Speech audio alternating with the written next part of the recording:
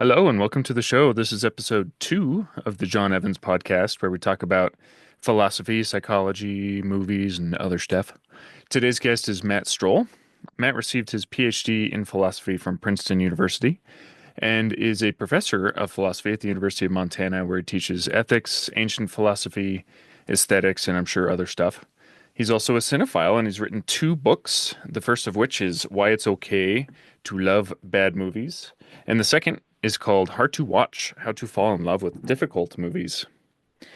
So we talk about his books, mostly focusing on bad movies and why they're awesome.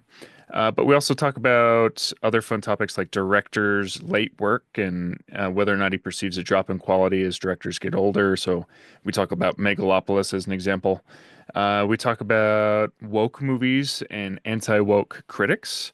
And we talk about violence against women in film and any ethical implications there and a bunch of other stuff. It was a lot of fun.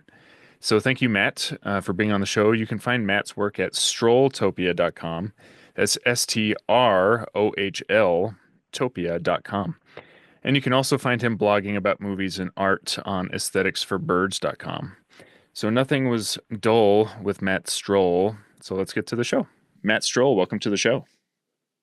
Happy to be here.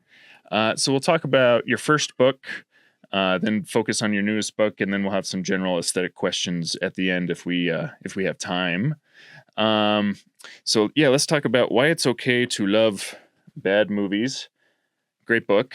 So first, I think we need to get a few definitions out of the way, if that's okay. Absolutely. All right. So what's your definition of bad movie ridicule versus bad movie love? Well, so one thing I argue in the book is that what we think of as this cultural practice of people watching bad movies because they're bad, this is actually 2 cultural practices. One of them is ridicule, where the question is, when somebody says it's so bad it's good, what do they mean by bad? What do they mean by good? Because they obviously can't mean that it's bad and good in exactly the same way. So the practice of ridicule, so bad it's good, means, well, it's bad in the simple, ordinary sense. It's a bad movie. It's unsuccessful, whatever. Therefore, it's good, i.e., it's good to make fun of. It's ripe for mockery. It's good for jokes. Whereas the bad movie lover, on the other hand, right?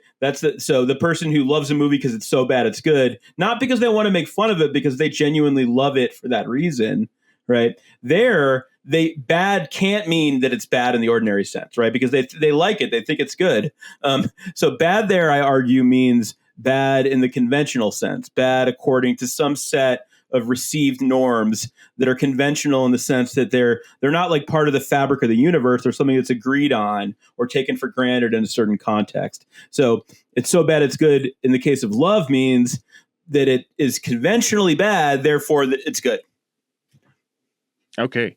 So then what is bad in the final sense then? Okay. So again, well, bad in the final sense, right? So again, the person who ridicules the bad movie says it's bad in the final sense, therefore it's good to make fun of, right? What that means is, well, it depends on your theory of value, right? Just whatever it is to be a bad artwork. I do have a theory of this in the book, and it's, again, like, this is kind of optional, right? Like, you could think no matter what your theory of bad is, you could adapt it to this case. But like, what I think is that an artwork is bad when it doesn't give us any possibilities of valuable engagement, right? So think about, there are lots of times where there's a book that's good, but somebody doesn't like it. Like, they read it and they don't like it. What I want to say is that they failed to engage with it properly, right? But there could be a book that doesn't create that possibility of successful engagement, where, like, no matter how you approach it, how you think about it, how you try to engage with it, you're not going to find value in it, right? And that's what I think is bad in the final sense. So in the case of ridicule, what I would want to say is that you're not actually engaging with the movie as a work of art. You're not engaging with it in an appreciative way, right? It's sort of like using a painting as a dartboard, right? So you could take like a painting and be like, I'm just going to throw darts at it because I hate that guy that is in the painting, right? Well, that's like what you're doing when you ridicule a movie. You're not really like engaging with it as a movie, as a work of art. You're using it as a dartboard. You're using it as like something to make fun of, right? Which again, like that's its own practice. Like maybe you're creating a work of art, like your comedy routine is a work of art. But what you're not doing, I don't think, is you're not appreciating the work of art for itself, unless unless you're doing something else at the same time, right? So I do think so. A lot of times, people who are into ridicule, right, like people who love to make fun of bad movies, they'll press me on this. And they'll say, no, but I also love the movies, right? Well, then I would say you're doing two things at once, right? Like you're ridiculing the movie and you're loving the movie and you're appreciating the movie. And that's totally possible, right? You could both like be making fun of it as something that's sort of bad. And you then from another frame of reference, you could be appreciating it for the way it violates norms. But you're doing these things simultaneously. They're not the same thing. I see. So you talk about conventional badness, which is violating norms in a way that isn't artistically serious, right? Yep. Okay. Sorry. Well, so I left that part out when I was talking. I was focusing on the norm violation, but the thing is, there's an exception there, right? Because there are some ways of violating norms that are ordinarily assumed to be for some good artistic reason, right? So, for instance, like an avant-garde artist, somebody who's like challenging the presumptions of the art form might violate the norm for some artistic reason. So, for instance, one example I like to use is in the film Oedipus Rex or Oedipo Re by Pier Paolo Pasolini, or in the film Althone by Jean-Marie Straub and Danielle Huillet. So what these movies do, they're set in ancient Rome, but they're filmed in modern Rome. And they make no effort to disguise the fact that you're in modern Rome. So you're in ancient Rome, but there are cars driving by, right? There are like mail trucks, whatever. And so that's a norm violation. Like ordinarily, if you're going to depict ancient Rome, you've got to hide the cars. You can't have cars in the movie. But this is a case where you think they do it for some reason. Like Pasolini has some artistic reason to put the cars in the movie when it's ancient Rome. That makes sense. Actually, I'm getting things mixed up. So, of course, I forget if, Pasolini might be in Greece, not in Rome. I forget. I haven't watched the Pasolini in a long time. But the Straub is definitely in Rome. So I might be getting that example wrong. I might be getting that example wrong for Pasolini. But it's definitely right. I can't remember, though, for Pasolini. And you talked, I think in the book, the example you used was Mulholland Drive. As violating norms in a way that is perceived as artistically serious. And then you brought up Freddy Got Fingered as a film that violates norms in a way that's not perceived as artistically serious. So right. I had a question about intentionality there and whether or not there's an incidental violation of norms versus violating norms for the sake of violating norms.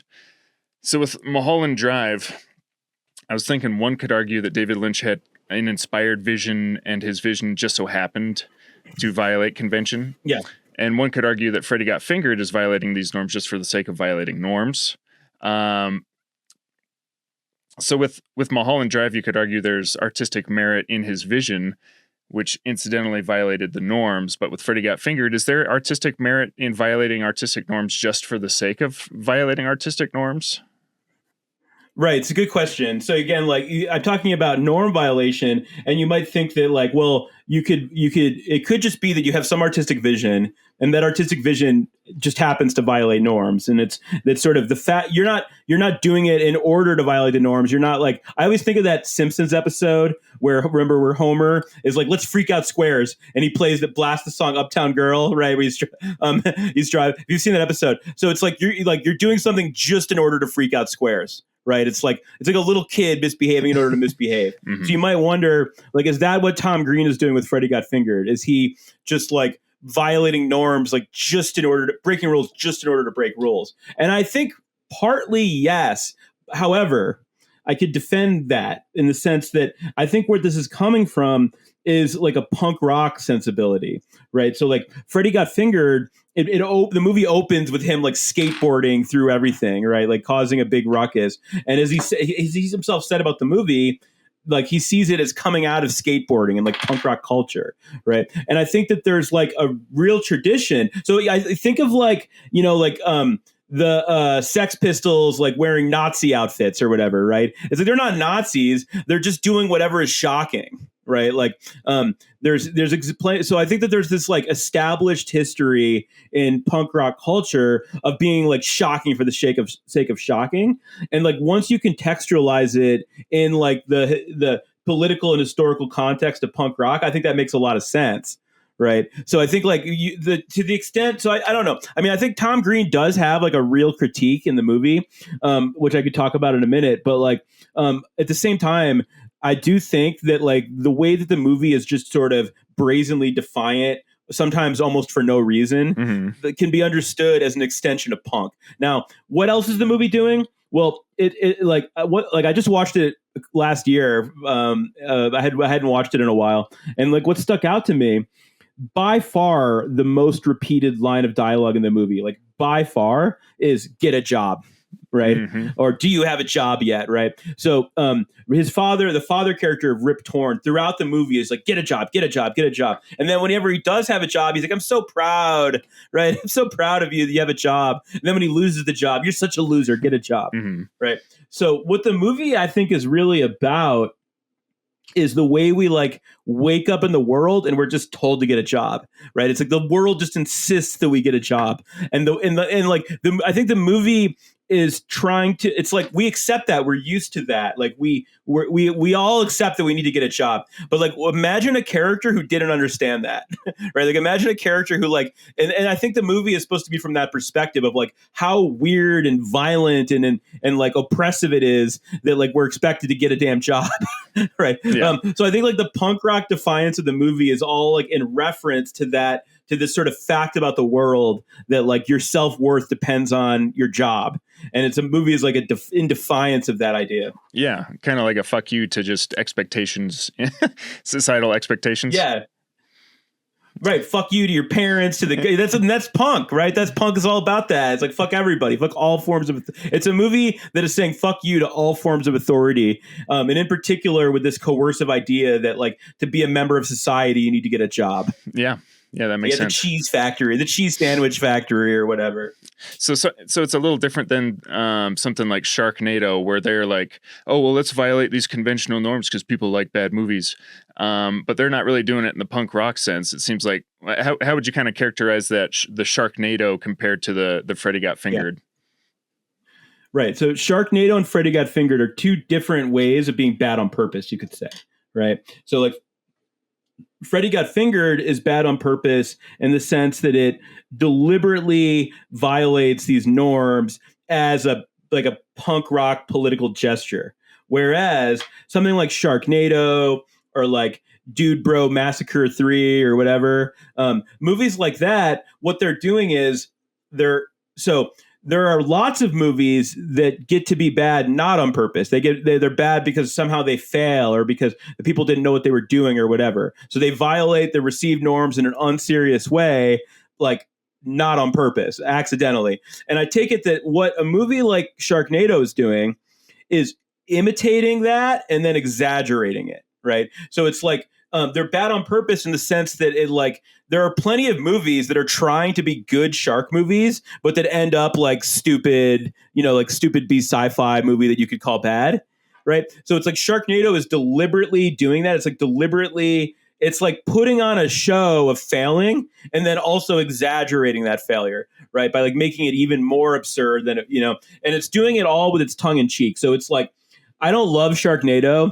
in part because it's like, it's like winking at you. Like we know, like this movie knows it's bad. And like the thing is, so it's like what attracts me to bad movies is the way that they like break rules and the way that by getting interested in them, it's like you free yourself from these restrictive ideas of what a movie has to be like. Right. And I feel like those movies that are bad on purpose, they don't do that. They actually reinforce so it's like, They reinforce the idea that this is a bad way for a movie to be, and it's only okay because everybody knows it's bad. It's bad on purpose. So it's like you're allowed. It's like it's totally compatible with ordinary ideas of good taste, right? Because it's like nobody thinks this is good. So I like the kind of bad movies that don't think they're bad, right? Like a movie where it's where like the movie that takes itself seriously and you can tell that there's the intentionality of making a good movie, and indeed often the people who made the movie do think it's good, right? But it breaks the norms in various ways. Those are the ones that interest me because those are the ones that really challenge the conventions and norms. Mm-hmm. I agree. I'm with you on that. It's like a cheap imitation is what Sharknado is. So is your favorite bad movie still Dancing It's On? I mean, it's like I always picking one for any question like this. Picking one thing is always going to be a little bit artificial. Sure. But when people ask me what's your favorite bad movie, I'm going to say "Dancing It's On" by David Winters. Absolutely. Why? So why is that one your one of your favorite bad movies? Yeah. Well, I mean, part of it's like the way I discovered it was so organic. It's like a lot of the time, like, a movie has a reputation of being so bad it's good, and that's why people seek it out, like Troll 2 or The Room. Like, for me, though, the bad movies that are the most special to me are the ones that I just stumbled on in the dead of night, right? Are the ones where I'm just watching movies and I'm like, holy shit, this one is real good and it's real bad, right? So that movie, there was already, when I found it, there was already a riff tracks of it, so like a ridicule track of it. So people had already found it and but barely. It was very obscure, not well known. And the reason that I found it was that I had this project of watching every single movie with Gary Daniels in it. So Gary Daniels was he was the light heavyweight kickboxing champion of the world. He's a British kickboxer. And like there was a time in the late 80s, early 90s, like kickboxing then was like MMA today, right? So it was like a very globally popular martial arts sport. And the most famous kickboxers had opportunities to become actors. So there were a bunch like this, right? Like, so there's Olivier Gruner, Don the Dragon Wilson. Those are just a couple examples. These guys are all kickboxers, right? And so Gary Daniels is like one of these kickboxers who became an actor. And he's still today, like he's still in movies. He's now much older, but he's like a character actor now. But there was a period through the 80s and 90s and into the 2000s where he was like the leading man in all these cheap action movies, and I love this kind of thing. So I was just watching every single Gary Daniels movie I could find, and like so occasionally I would just be like, "Hey Siri, show me whatever movies are available by Gary Daniels," and I would just like search to find it, and like I've seen it, and then all of a sudden one day this movie showed up. Dancing It's On. I'm like, what the hell is this? And like, I didn't even read anything else about it. I just pressed play. And I watched it and it completely blew my mind. Right. So it starts out with this musical number. Have you seen it? No, I saw some interviews with him, with the kickboxer, but I didn't see the movie. No. Yeah. Okay. So it starts out, one of the first things that happens is there's this like extended musical number that very much feels like a tourism ad for Panama City, Florida. It's like, hey, come to Panama City. Hey, it's like about how great it is to visit Panama City. So you like immediately infer they're like, okay, they made some kind of a deal with the Chamber of Commerce that they could like film in Panama City in exchange for. So right away, I'm interested in this, right? And like what I didn't know at the time, what makes the movie even more special. So like, long story short, I watched it and I was like laughing and I loved it. And then my wife got home and I was like, you got to watch this. And then we watched it again. And then like the next day she finds me watching. She's like, you're still watching. I'm like, I can't stop. Right. But so once I investigated it, it turned out that the movie is by David Winters. And David Winters is is a director that I'm very familiar with, but he mostly makes action movies and he made a few horror movies, right? So he was one of the heads. There was a movie studio called Action International Pictures, AIP, riffing on the Roger Corman, which is Roger Corman is also AIP, right? But it was like American International. So this is Action International Pictures.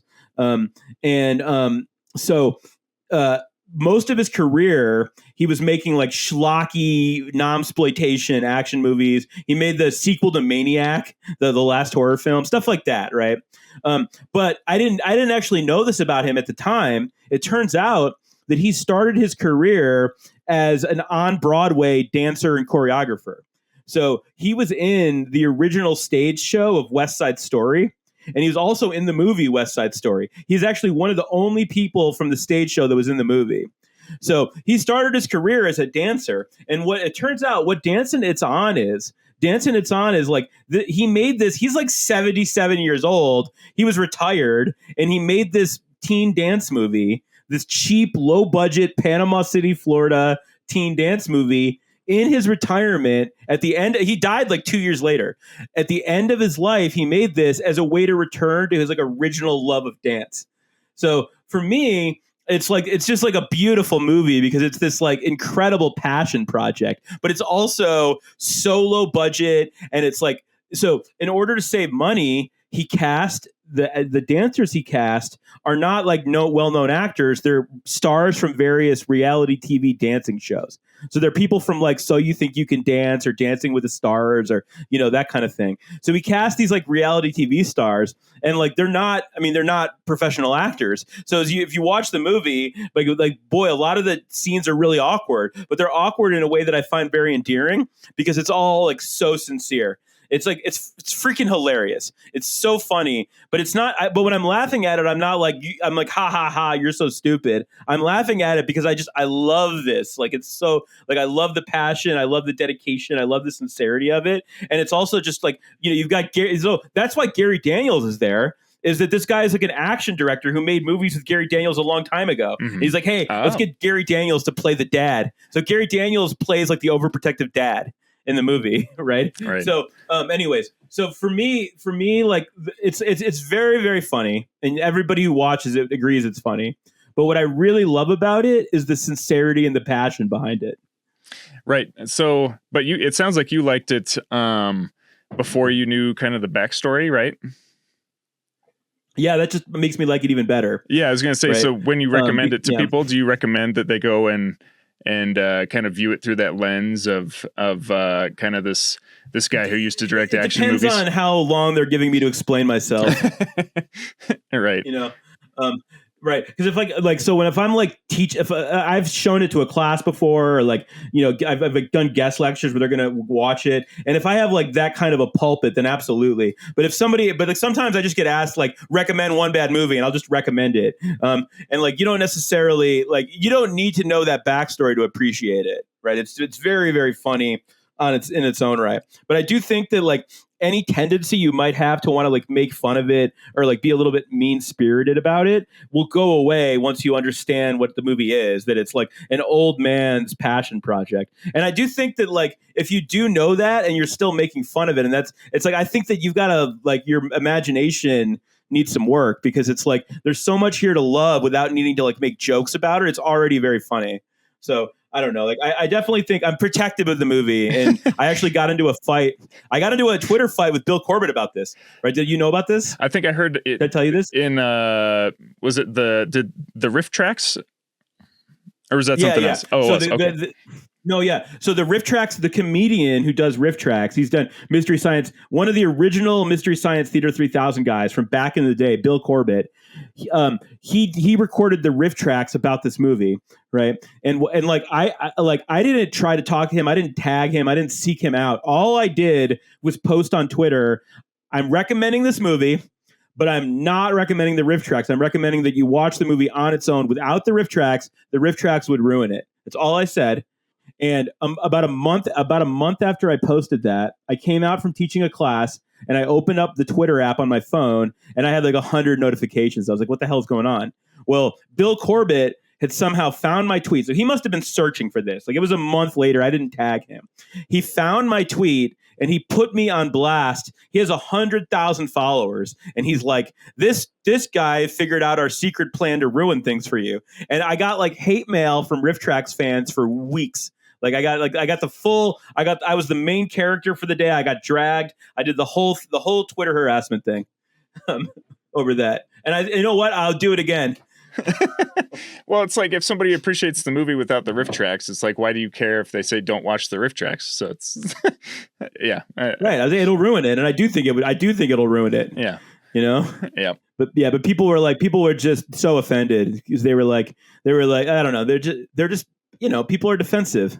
Like yeah, if they love something, because of course if they follow Bill Corbett, they obviously love this stuff and they obviously engage and ridicule themselves. So if I say that's ruining it, they're going to get defensive and lash out at me. That's the nature of the internet. right, Like lash out first, ask questions later.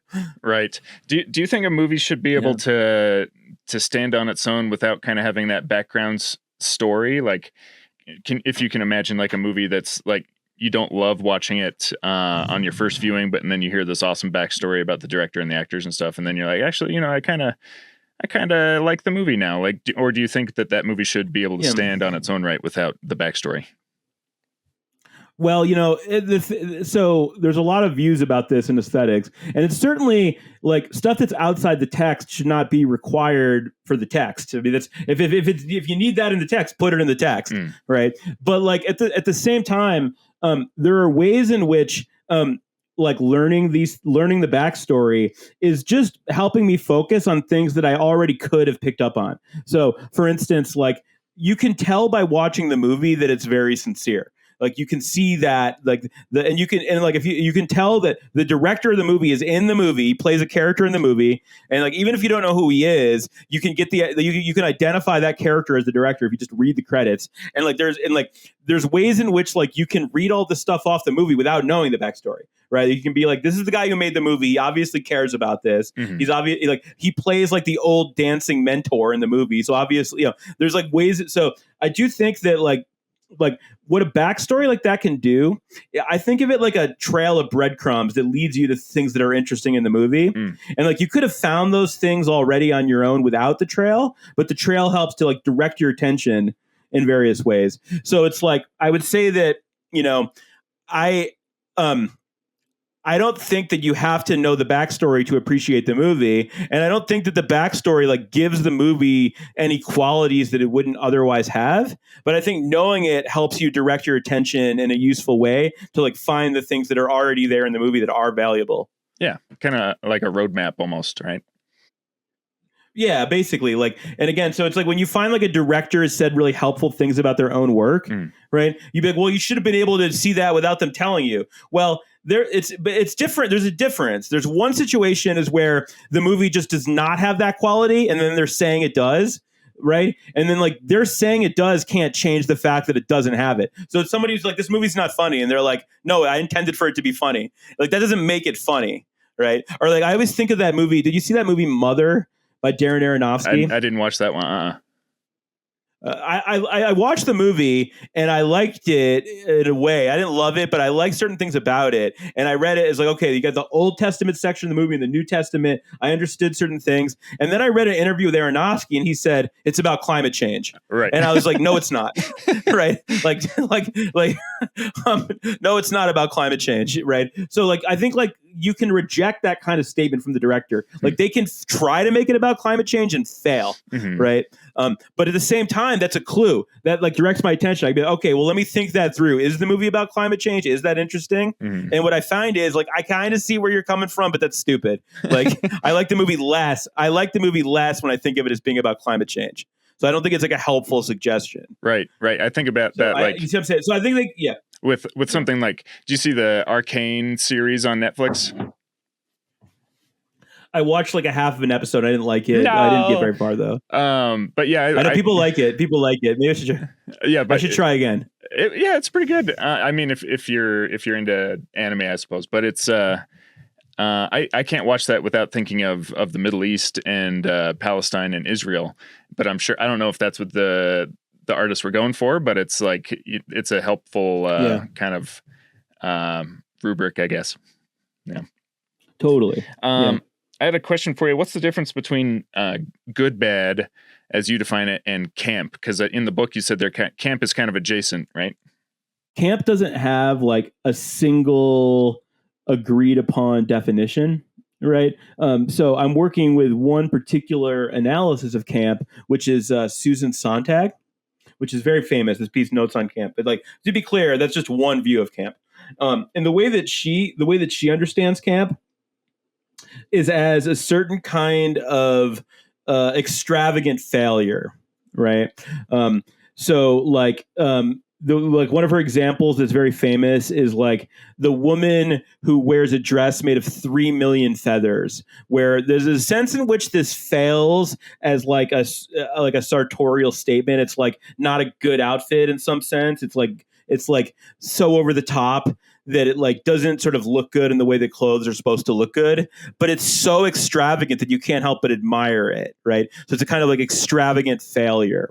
And I don't think that the notion of failure is required for badness, because again, like look at the Freddy Got Fingered case. Like I think you can understand that that's like a bad movie in some sense, but I don't think that it fails at anything. So I think that like something can be bad without failing. So I think that so the problem I have then, but also camp has a certain like cultural cachet to it, right? Like there are certain things that it would be weird to describe as campy, just because like camp has a close association with gay subculture, and I think like there are good political reasons for that. Camp has been a kind of rhetorical strategy for gay people to negotiate a straight normative world, right? Like a world where being straight is considered normalcy. Well, like camp is like a sort of cockeyed way of viewing the world. It's a way of as it were, it's often described as a kind of queer gaze, right? It's like a way to like undermine the kinds of norms that are alienating, right? And so I think like you don't want to like get so I think there would be something that's objectionable about taking this like very specifically gay subcultural phenomenon and inflating it into something very general and like taking it over, Mm-hmm. being like, okay, this is camp is everything now, right? So I think like the thing about camp, two things then. One is this emphasis on failure, which I don't think is like that might even be wrong by syntax, but I think a lot of people contest that part of her view. But apart from that, camp is like has its roots in gay culture, and like it would be distorting to try to like blow it up to like Troll 2 being camp, because there's nothing gay about Troll 2, or at least like that's not the way people appreciate it through that kind of like cultural lens. Whereas Right. again, camp is like a very much a gay subcultural phenomenon. Yeah, when you went into Batman and Robin in the book, and I didn't know who the Yeah. director was, and I've always loved Batman and Robin. I didn't even think it was like a bad movie because I watched it when I was a kid. I was just like, I love these one-liners, I just loved it. But then you said in the book that the director was gay, and he was like, he wasn't even like sneaking in all this gay subtext. He was just like close up on Batman's ass. Batman nipples, and it's just now I can't watch the movie the same way anymore. And it's funnier. It's just like, and it was it makes it more interesting, I think, too, knowing that. Absolutely. And like it's like, and it we live today's world, things have changed a lot since Batman and Robin came out, and like I think it can be hard for people who were born in like the year 2000 to grasp like how much different things were in the 90s, right? Let alone the 80s, where like I mean they're like in the 80s and 90s, like totally open vitriolic nasty homophobia was absolutely normal. Like you could just like a public politician like today, like the way that politicians talk about trans people today, right? The kind of cruel hateful way that's the way that people talked about all gay people in the 80s and 90s. It was totally normal. So it's like something like Batman and Robin I think was extremely subversive at the time, because it and I think people hated it for that reason, even if they didn't put their finger on it, even if they weren't like, wait a minute, this movie's gay, right? So even if they didn't think of it that way, I think that was what was bothering people. Like I think all the things that people complain about, nearly all the things they complain about, like are gay coded. Right. Only thing that's not is like Arnold, and even Arnold, I think, could be the way that the character's presented is a little bit gay coded. Even that. So it's like never liked his one-liners. That was another thing. But the bat nipples was like the number one thing people brought up. Right. Right. And it's like, why are you so fixated on that? Right. Yeah. I didn't understand that either. So you let's pivot a little bit to Twilight. Can you talk a little bit about your journey through kind of initially hating Twilight and then learning to love it? Yeah, I mean, so the thing was that I was like into vampires like right before Twilight came out. I was like, I was like even in like a big phase where I was really into this. So I was like reading vampire books and watching vampire movies, and I was even in my young age, I was writing vampire poetry, which thankfully I think no longer. I think I have like a floppy drive somewhere. Mark, don't open this. That has like those poems on it. You can't. And like even I was on like at the time it was like online dating, early years of online dating, and I was on online dating sites. My whole joke was like not a my name was not a vampire, because like at the time online dating was totally new. And so there was this like feeling that it was dangerous. It was like, how do I know you're not like a serial killer? Right. It was like meeting people online felt really sketchy. So my joke was like, you can feel comfortable meeting me. I'm not a vampire. Right. But the thing was, then Twilight came out and this vampire stuff was just everywhere. And it was no longer cool. It was like, this is for like tweeners. And so like anyone who like would respond to my online dating profile, they'd be like, what, is that a Twilight reference? And I'm like, no, it's not. I'm like, Twilight didn't invent vampires. I was like, territorial about it. So like my initial, before I even read it or saw the movie or knew anything about it, my initial stance was like, Twilight is stupid, right? Before I even met it. So I had like this bias going in. And of course, like I watched the movie and I was like, yes, just as I expected, a terrible movie, right? But yeah, the story is like that my brother watched the second movie. And if you've seen the second movie, there's a whole lot of like Taylor Lautner turning into a wolf, and it looks terrible. Like, I mean, I like the way it looks, don't get me wrong, but like the wolf CGI is just ridiculous, right? It's just totally ridiculous. And my brother called me and he was like, dude, he's like, I watched New Moon, you gotta see it. And I'm like, I don't want to. And he was like, trust me, dude, you gotta see these wolves. They look so bad. You're gonna love it, right? Like he knew, like he was totally. I watched it. I'm like, oh, you're so right.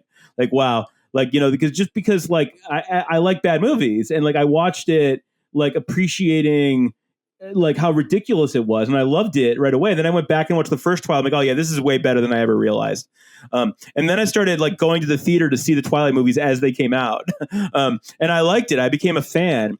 But honestly, it took me like even I've still been progressing even after I wrote the book. So like, that was just like one phase in my relationship with Twilight.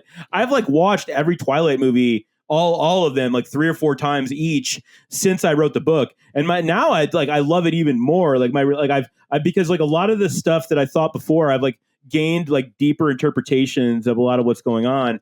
And I really do think it's an extremely interesting series in many ways. And I would defend it with way more full-throatedly than I did in the book. Like I'm going to watch Twilight like today, maybe. I think it's great. So yeah, I think we're good.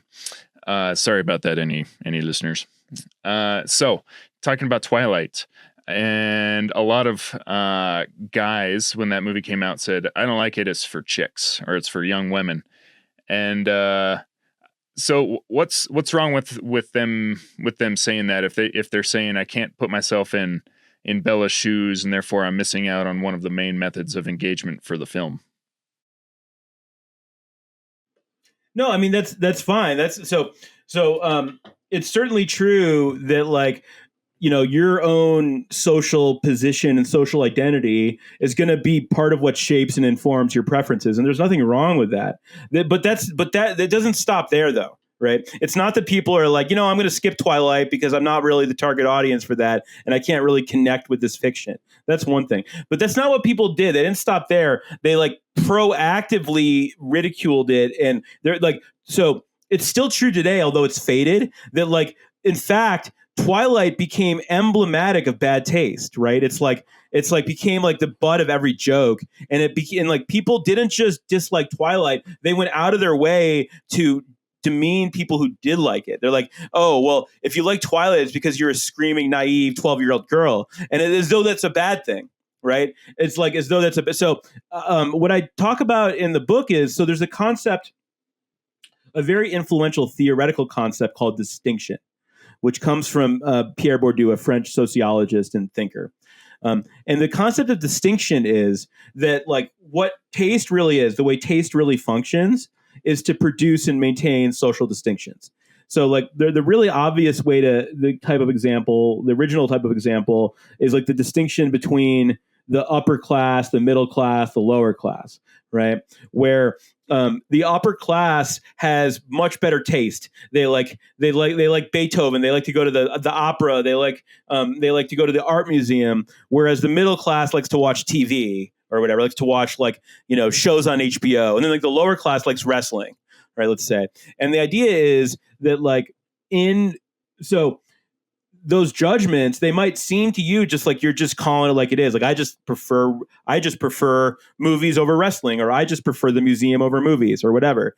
But the fact is that those preferences are actually rooted in the desire to create and sustain these distinctions. So it's like, and in particular with a kind of disdain for the lower classes. So it's like someone who is from the upper class, like wants to show like why they're superior, why their taste is superior, and why like the taste of the middle class is less than and is like to be made fun of, right? And again, it's like a way to prop up these distinctions. Well, I think so class is one case, but gender is another, right? And like it's like routinely the case that like artists that are coded as being for women face an unusual level of ridicule, right? So like think even just Taylor Swift, who is the most popular musical artist in the world, but yet nevertheless also thought of as like like if you like Taylor Swift, you have bad taste. It's like you can like make fun of someone for liking Taylor. Like Swifties have bad taste, right? So even though she's like the most popular artist in the world, it's still true that people will say things like I don't like Taylor Swift as a way to show that they have good taste. Right. And I think Twilight was like that. Twilight was like ultra popular. And so people used it as like the epitome of bad taste. And again, it's always something that's female coded, almost always. Sorry again if there was any disruption, listeners. So we were talking about Twilight, and that a lot of that hate came most likely due to it being female coded, right? Is what you were saying? I mean, yeah, I think it's always something that's female coded that gets that treatment. Not everything that's female coded gets that treatment, but when something is both female coded and enormously popular, it almost always does, right? Almost always. Do you think that the people who hate Twilight and Taylor Swift, it's probably mostly men, do you think that they're saying that women have bad taste, or that they just want to strongly say, I'm a man, I don't have that taste? Well, I don't think it is mostly men. I think it's men, but also women who want to like separate themselves from like the group of women so the way this works, it's not conscious. It's not like, I mean, it can be, but it doesn't have to be, because like just think about how motivated reasoning works, just more generally, right? So like, for instance, like, most people who had huge student loans believed that student loan forgiveness is just and fair, right? Now, and most people who like already paid their loans, they believe that it's not just and fair, right? And so and again, they wouldn't say it's like it's not because I have loans or it's not because I don't have loans. I just think that's what's fair. So it's really easy. It's really easy for your reasoning to be motivated by some desire you have, or some resentment or whatever else, without realizing that's what's motivating you. Like it just can seem like you're just calling it objectively the way you see it, when in reality there's something behind that. And I think it's more like that. So for instance, and I mean, like, again, everybody does this all the time. It's not like just, so for instance, I don't, so they're like, I'm really into film, but there are certain filmmakers or movies that are very, very popular that I don't like. Right. And so it's a constant thing that I have to kind of catch myself doing is and people do this shit all the time. People who know a lot about music, they like to like put like, oh, well, I don't really like that. I prefer this, it's like a way to perform your superiority. So I have to be really careful, because it's like one tendency I have is to be like, everybody who watches like HBO shows, everybody who watches like Severance or that kind of thing or whatever, it's not on HBO, it's on Apple, but everybody who watches these like prestige shows, I want to be like, that's honestly total middle brow bullshit. And like the real shit is this, these like, let's say Marxist Italian movies from the 70s, like that's the real shit or whatever. Right. The point is that like it's a way to, and again, like you don't think of yourself as doing it for that reason. What you just think is you're like, no, I hate Severance and I love these Marxist Italian movies from the 70s. Right. And like I want to like advocate. But the thing is that but like what's really driving you beneath the surface, like why do you care so much to make this point is distinction, is that you're like, is a way to validate yourself as in this respect, knowing more about this, being the expert, having a more valuable point of view than other people.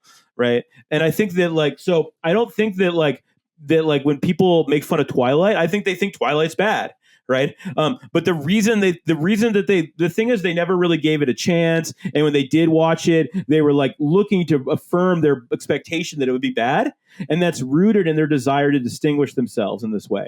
And I don't think it's just men. I think it's also women who are like, well, I'm a woman and I've never listened to Taylor Swift, And that's like a way to like mark yourself as having better taste than the mass of women who love Taylor Swift. Is distinction then, is it always about putting yourself above another group, or can it just be to make yourself distinct from another group, but not necessarily better? Well, that's a very good point. It's usually framed in terms of like, a hierarchy, right? A presumed hierarchy. But I think that what you're pointing to, so that plain distinction, like not value loaded, simply different, unique individuality, I do think that is part of what art is for, right? In other words, like, why should you make art a part of your life? Well, part of the reason is that that's how you become a distinct individual. That's like a space in your life where you become unique. And I think that that's a good thing. But right, the key is to not attach that value to it, is to not think like I'm distinct, therefore I'm superior. Right. And I think like when you're really vigilant about this, you can avoid it. I think you have to be really careful. It's like, so for instance, like if you're talking with somebody and they're really into something that you don't see the value of, there's two ways you could approach it. You could like in a backhanded way, try to assert your superiority, like not directly saying I'm better than you, but just sort of talking about it in a way that suggests that you think that. But you can also be like, you know what? I've never seen the interest of Taylor Swift. Can you teach me about this? Like, can you show me like what song should I listen to? Like, why do you like this? And like, there's a way where you can be a genuine, earnest student and you might learn something. Right. So I think that like when you confront difference, when you encounter difference, there's a way to like see the distinction, see that you're different and appreciate that difference instead of making it into a value hierarchy. But that takes deliberate care. Right. That's something you have to do intentionally. That's not something like when people just don't think about these things, then I think that they tend to try to distinguish themselves in this sort of nastier way. Something that's kind of related was Hitchcock's plausibles that came up in your book. Yeah. And you were saying that's you don't like that really as kind of a lens to go into a movie looking at it for what's plausible, right? But I wanted to push on that a little. I'm sometimes immersed in the world of a movie, right? And I've put myself in a reality that I believe kind of mirrors my own. And then something happens that kind of deviates from reality, and then I'm all of a sudden kind of having to readjust that, this isn't really my reality, and it could maybe take you out of the movie a little bit. So should you go into movies then kind of not having that reality, that expectation of reality going into maybe any movie, or is that okay to kind of get immersed in a movie that you kind of think mirrors your own reality?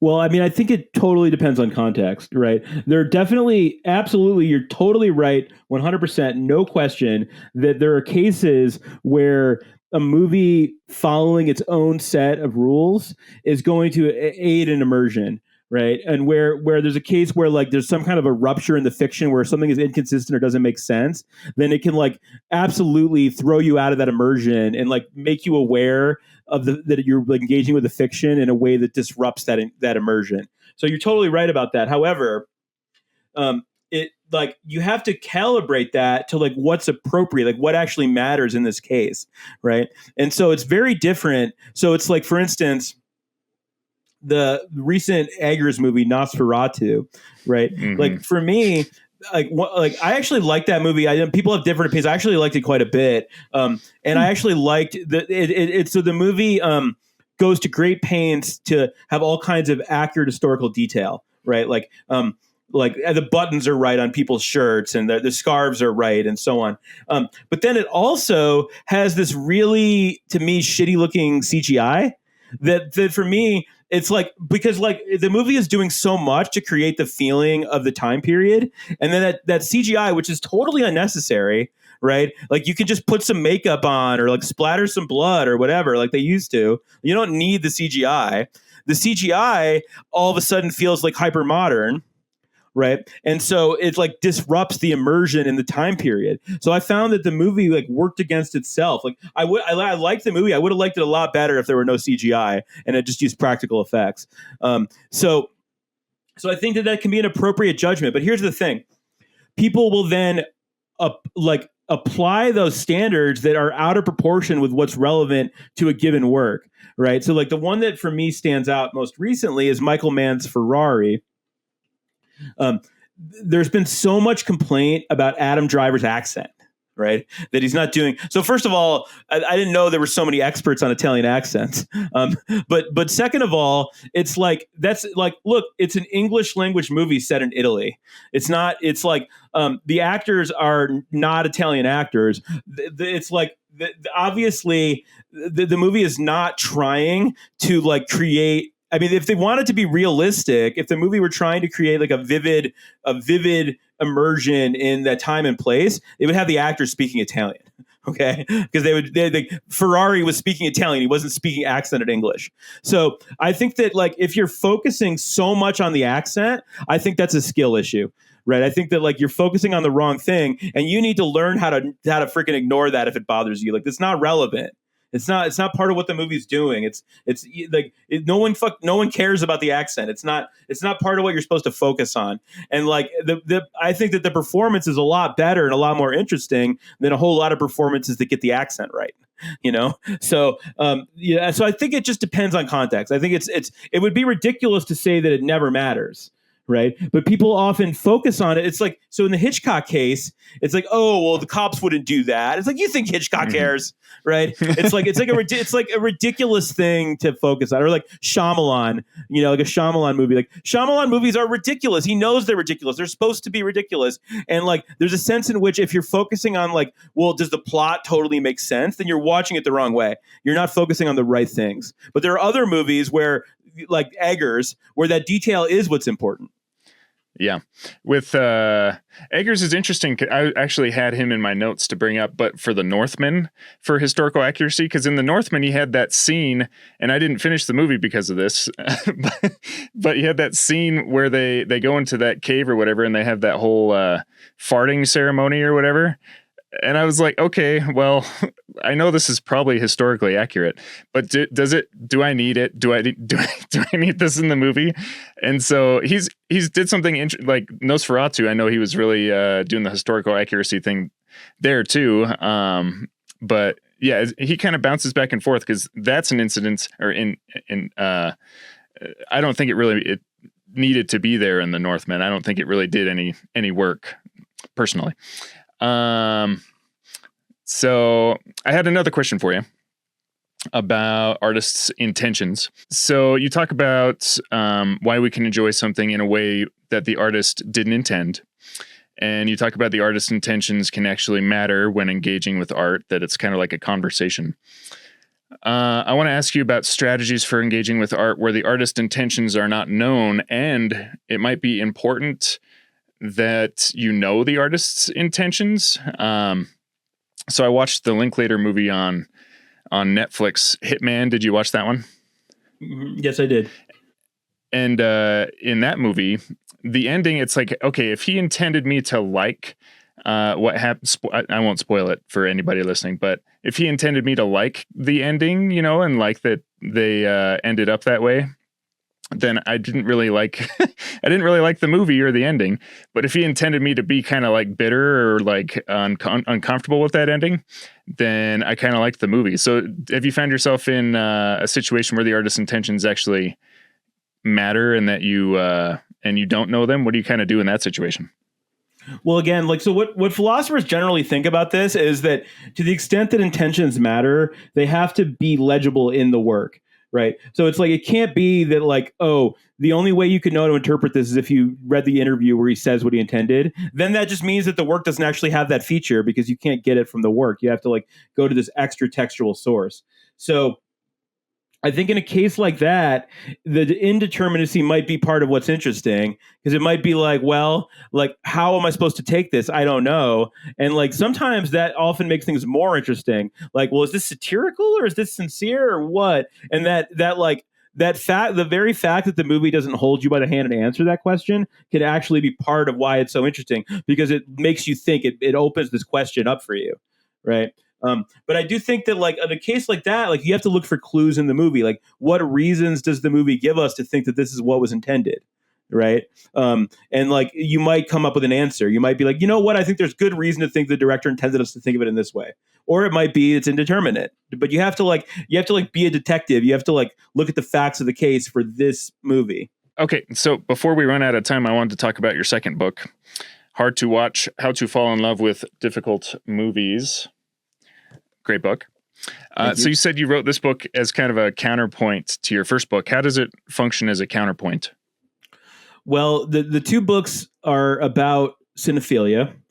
As soon as I wrote that first book about bad movies, I knew I needed to write the second book because I felt like I was like only half of the story, right? Because with the first book, Why It's Okay to Love Bad Movies, what that celebrates is like cinephilia as a kind of deviance, right? Like the movies that cinephiles tend to go for are often the ones that are like beneath consideration for the ordinary consumer.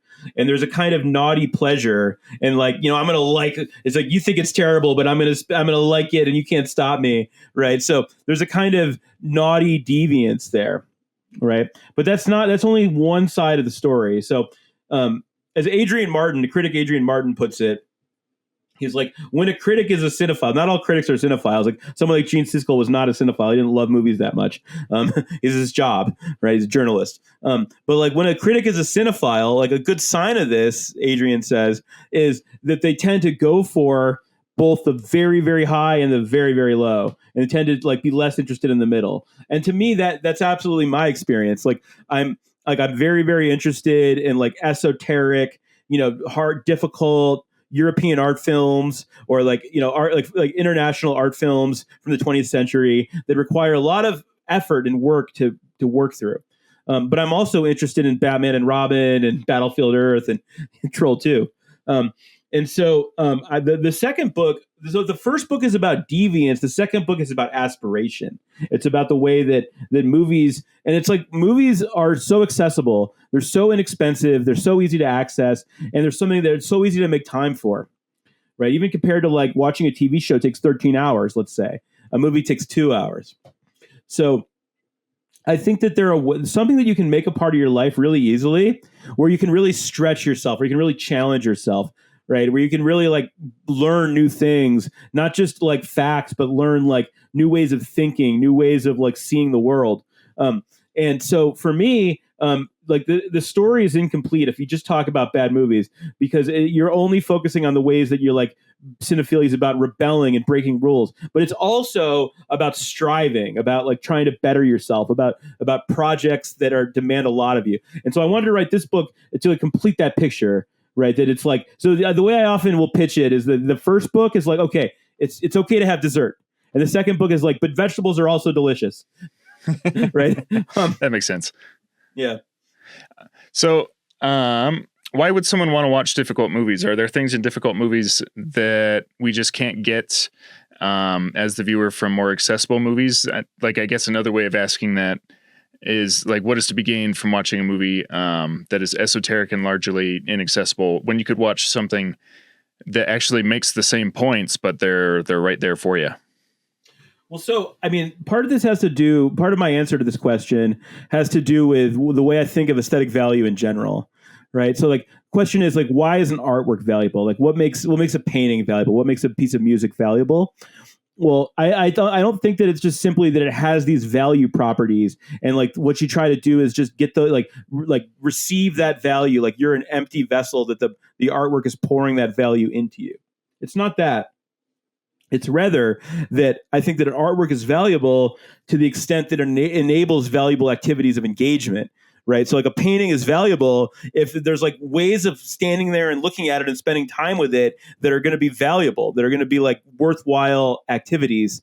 However, you want to, that's another question of what makes an activity valuable. And so with that story in mind, this idea that the artistic value or aesthetic value is bound up with engagement and activities of engagement, you can see why an artwork that demanded more engagement from you, like a difficult work where you can't just watch the movie and just understand it easily, but you have to work at it. You have to watch it again and again. You have to think about it. You have to like slow down and take your time and go through it bit by bit, right? That what that offers are like more intense forms of engagement, right?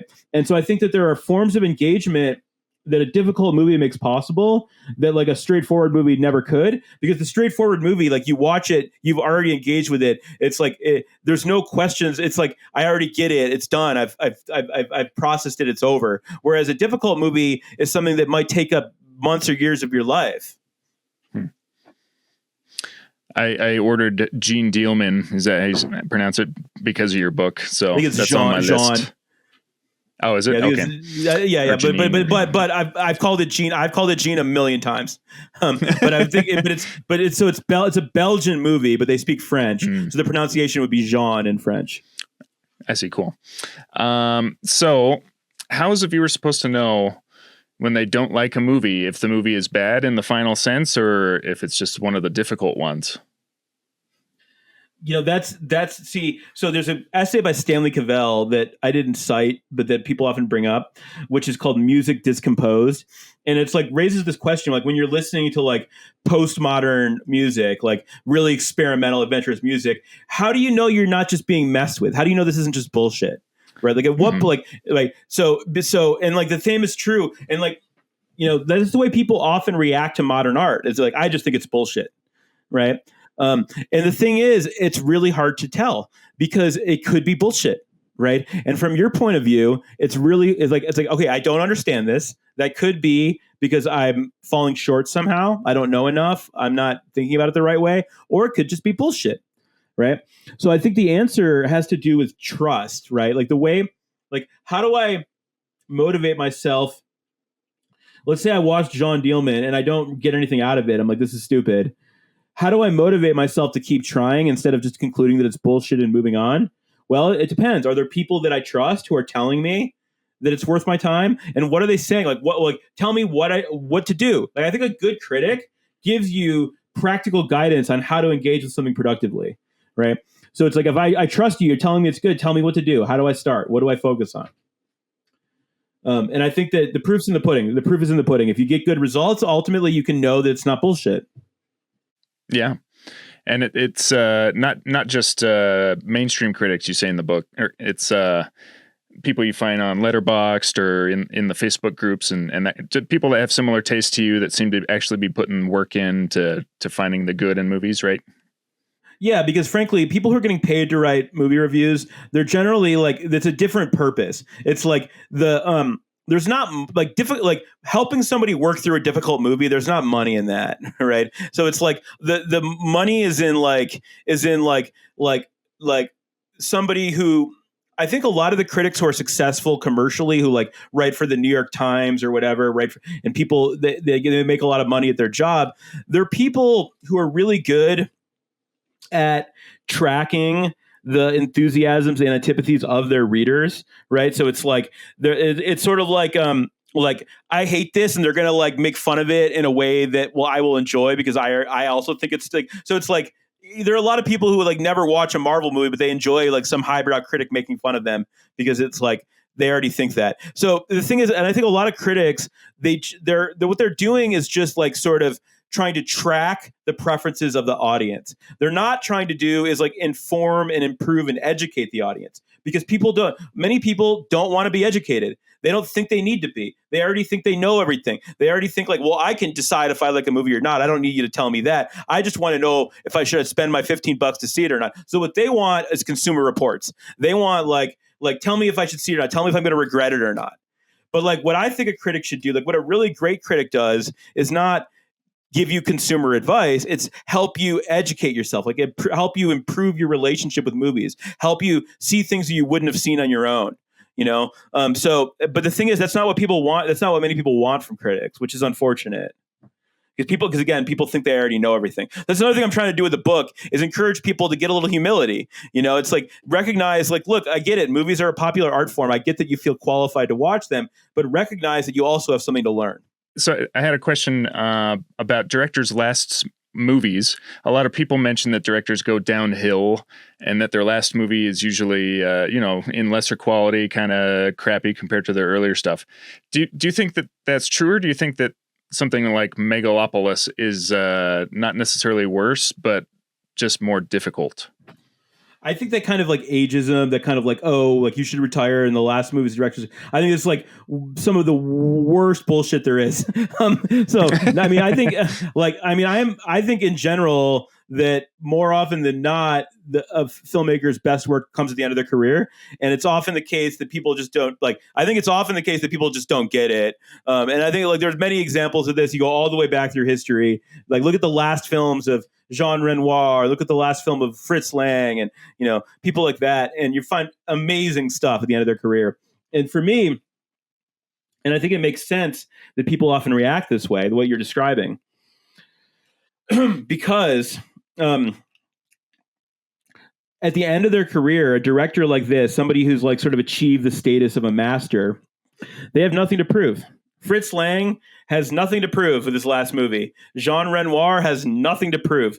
And so there's this genuine freedom, and there's the sense in which they're able to just kind of follow the muse, right? It's kind of like they're just doing doing what they want to do with nothing to prove, and out of the pure joy of creation often. And there's a kind of sort of effortless mastery where like it's like somebody who's been doing this their whole life, and like often these movies don't really care to conform to your expectations, because it's the director is literally just doing whatever they want.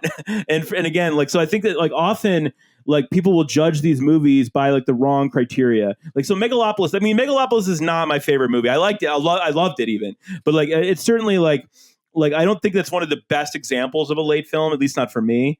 Like, I much preferred Robert Zemeckis' Here from last year be the late film I would pick out. But like Megalopolis, I do think is great. And the thing is, the kinds of things people complain about, like, you don't think he knows that. You know what I mean? It's kind of like, do you think that he freaking cares? It's like, so there's like a sense in which, like, what I admire about Megalopolis is how little you can tell. One of the things you can read off the movie is that Francis Ford Coppola does not care if you like this movie.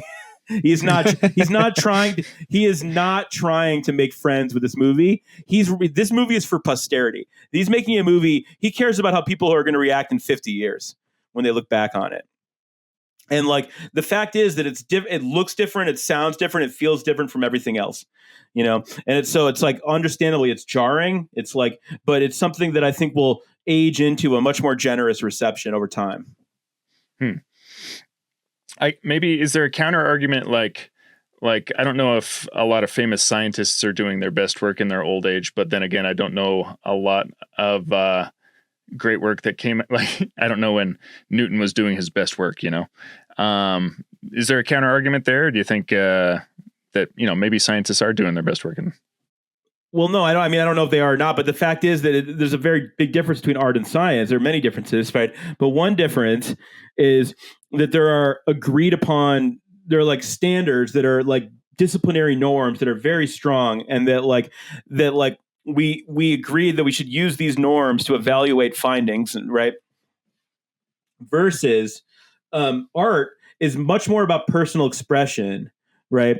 And so it's much more subjective, and so I don't think that I think that somebody else who disvalues Megalopolis, that's understandable to me, right? But don't think that somebody who does appreciate it is making a mistake. And this is a complicated issue. I'm not like a pure relativist, but I do think that like, look, if you're not, I'm invested in the project of late cinema. Like that's something like that I care about. I think about it. I watch late films, but like I go out of my way to watch late films, and I think about them as late films. And I don't think that somebody who just walks in off the street, never thought about late film before in their life, and just puts on Megalopolis is going to think about it the same way that I am. And that's fine. I don't expect them to. They don't have to. They're not me. But they should not think that I'm wrong. They should not think like, oh, anyone who likes Megalopolis is wrong, because they don't know how I'm thinking about it. They're not in my head, right? And from where I'm sitting, it's awesome. Yeah. So I can pivot just to finish up. I figured I'd throw some more kind of pop aesthetic cinema questions at you. So something I think you touched on briefly, maybe in other interviews, was something like the rape revenge genre, or just things that are depicting violence against women. And I've heard the argument that like setting rules like that is kind of undue constraint on the artist. And I've heard Eli Roth say, well, people care more about women than men, and that's why it's more prevalent and permissible. But when do you think when is it maybe useful or permissible to kind of show that in cinema versus like when is it inappropriate? I mean, look, so I think that the point of movies is not to like make us morally better people, right? And so it's like there's a sense in which like I object to this whole premise that like we should be at like getting morality lessons or whatever, and that like be like so I just like I just want to first of all start by just sort of rejecting the whole framing that a lot of people bring to these cases, where it's like, oh, like first and foremost, what matters is like how is this movie morally upright in a certain way? Now, that's not to say that these movies are like immune to political critique or that like moral critique matters. It's just like, let's be clear, the purpose here is not moral education. That's not the primary purpose. Okay. Now, regarding this content, well, the thing is that there is a genre tradition. There are many genre traditions surrounding the idea of the woman in peril, right? And like regarding the rape revenge tradition, there's that's something that it's not just even in film. It's in theater. It's in Greek tragedy. It's in right. There's like a deep archetype there where there's a sense in which rape is one of the worst things you can do, and it is one of the things that will most reliably get a certain emotional reaction from the audience. Right now, some people who critique the rape revenge genre will say that it's like it cheapens rape because it like uses it as a way to get you to want to see the bad guy get hurt. Right, and then when the bad guy gets hurt, you like because like he's a rapist. It's nice, right? But what I want to say, and look, first of all, I understand why you might not want to watch such a thing, right? Like my wife will not watch such a thing; she does not want to, and that's totally understandable. I don't think that you're making a mistake, but also don't think that somebody who does want to watch it that they have like that they like look at. I understand this perfectly well. Like I understand exactly what the dynamics are, and I still am interested in this because I'm interested in the genre system. I'm interested in like part of the reason the genre system is interesting are all the ways that it can be varied and riffed on. So what's happening today in today's world, there are many rape revenge movies being made, but that they find ways to twist the old tropes, to do it differently. And so I'm interested in it like as a fictional system and one that does have a lot of emotional impact, right? And I think it's like never been true. Like someone like Roger Ebert once complained, with probably the most classic rape revenge movie, well, one of the most classic is I Spit on Your Grave. There's also Last House on the Left. And like I Spit on Your Grave, Roger Ebert famously said that it's like that the movie is like eroticizing or sexualizing rape, that like you're supposed to be turned on by it. And I want to say that is super fucked up that you think that, right? Like if you've seen the movie, there's nothing erotic about it at all. It's horrifying, right? So it's like and like there are like scenes in the movie before the rape scene where you see images of her body that are eroticized, like you watch her, in her shorts or whatever, and the movie, like the camera, like scans up and down her body in a sexual way.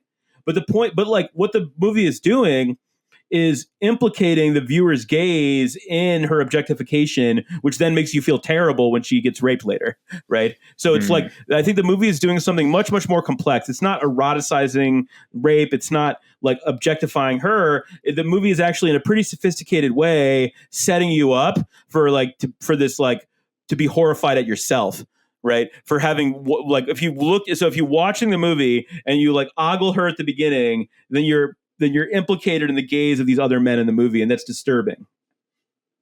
So I think like someone like Roger Ebert is watching the movie in a really simplistic way. And this is another example where I totally get it if you don't want to watch it, but don't think that don't like imagine what's going on in my head, right? Like don't think that like I'm some sicko who gets off on this. That I'm like watching this in a totally different way that you're not even thinking about. So there's a wonderful book by Carol Clover called Men, Women, and Chainsaws that's informing what I'm saying here. It's very much about the way that that rape revenge movies get the male viewer to identify with the female protagonist. Mm-hmm.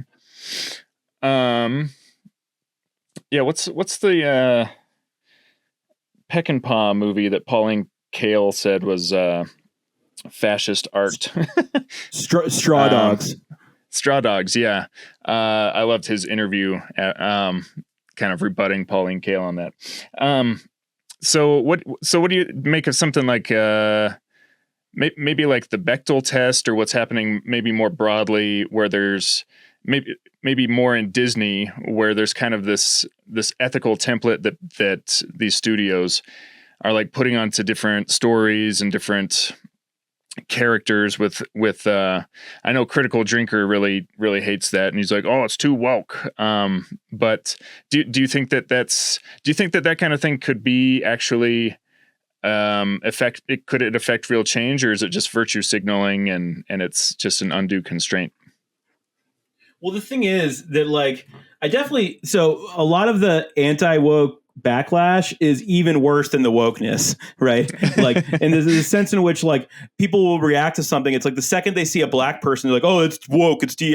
Like there's nothing woke about somebody being black, right? Or like there's nothing like intrinsically woke about like casting a black character, like a female character in this role. So I think that like some of the response to it is like some of the stupidest stuff I've ever heard, like honestly. So like again, like just the mere idea, the way that people like, oh, it's woke because there's a black character, because there's a female character. It's so stupid. But beyond that, the thing is that like a company like Disney or something like that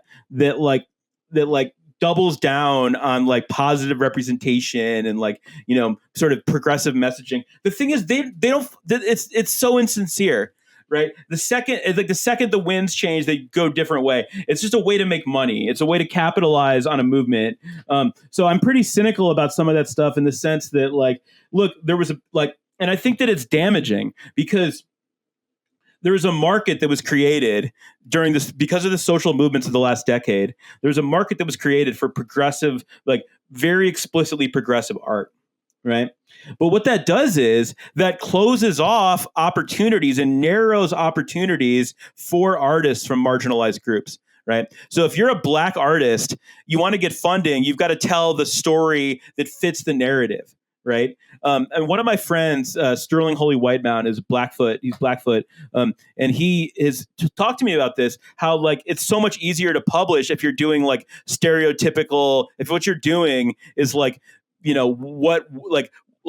what white people want to see from Native artists, right? This kind of like progressive narratives, right? That kind of thing. And if you're doing something that's much edgier, that doesn't fit a progressive narrative, it's much harder to publish and get attention, right? So I think that the sort of emphasis on positive representation and progressive messaging actually narrows the space of possibility for marginalized artists. So I think that that's not what we should be doing, right? I think, again, it's like we should not be thinking of art as morality school, right? Like we should be encouraging creative opportunities for marginalized artists by all means, but don't tell them what they have to say, right? That's the key.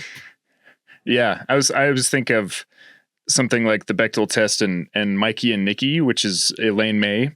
And I'm like, why would you be telling her what she can't write and direct this movie now because it has to live up to the Bechdel test? It's like it's limiting her opportunity here. Yeah. All right. So we're coming toward the end. So I'll ask about your next book, The Trash Collector. What's that about? Well, I'm writing that now. So the first two books were about cinema. And this book is about trash culture quite broadly. So not just movies. Movies are in there, believe me, but also, TV shows and music and books, and just all forms of culture. And it's particularly what it's about is art and culture that is presumptively beneath consideration. It's the stuff where you think like that's not for me. I would never do that. Like romance, so for me, romance novels, spa music, Lifetime movies is a big example. This is the kind of stuff that you think is just like beneath consideration. It's just a waste of time. And the book is about the adventure of exploring that world, the stuff that's really not supposed to be for you. Cool. When do you? You said you're still writing it, so I guess you wouldn't know when it comes out yet, right? Because you're not finished with it. I hope to see it come out in 2026 by the end of the year. I'm not sure when though. Cool. So last question. Have you ever walked out of a movie? Oh, yeah. I walked out of, it's funny, I almost regret it now because I actually think it's not that bad, but I walked out of Mary Shelley's Frankenstein. I was like, what the hell is this? I did not like that movie. I just bought it, so I shouldn't. Maybe I shouldn't have. That might be, I've walked out of movies before because like the other people in the audience were annoying me. But I think that might be the only time I walked out of a movie because I didn't like it. It was Mary Shelley's Frankenstein. Oh man. Well, yeah, I just bought the Arrow 4K or whatever, so I guess we'll see if I hate it too. Yeah. All right. No, check it out. It's got a good commentary track, I think. It's got Michael Brook. Yeah. Oh, sweet. All right. Well, Matt Strohl, thank you very much, and I look forward to your third book. Maybe we can meet again when that book comes out.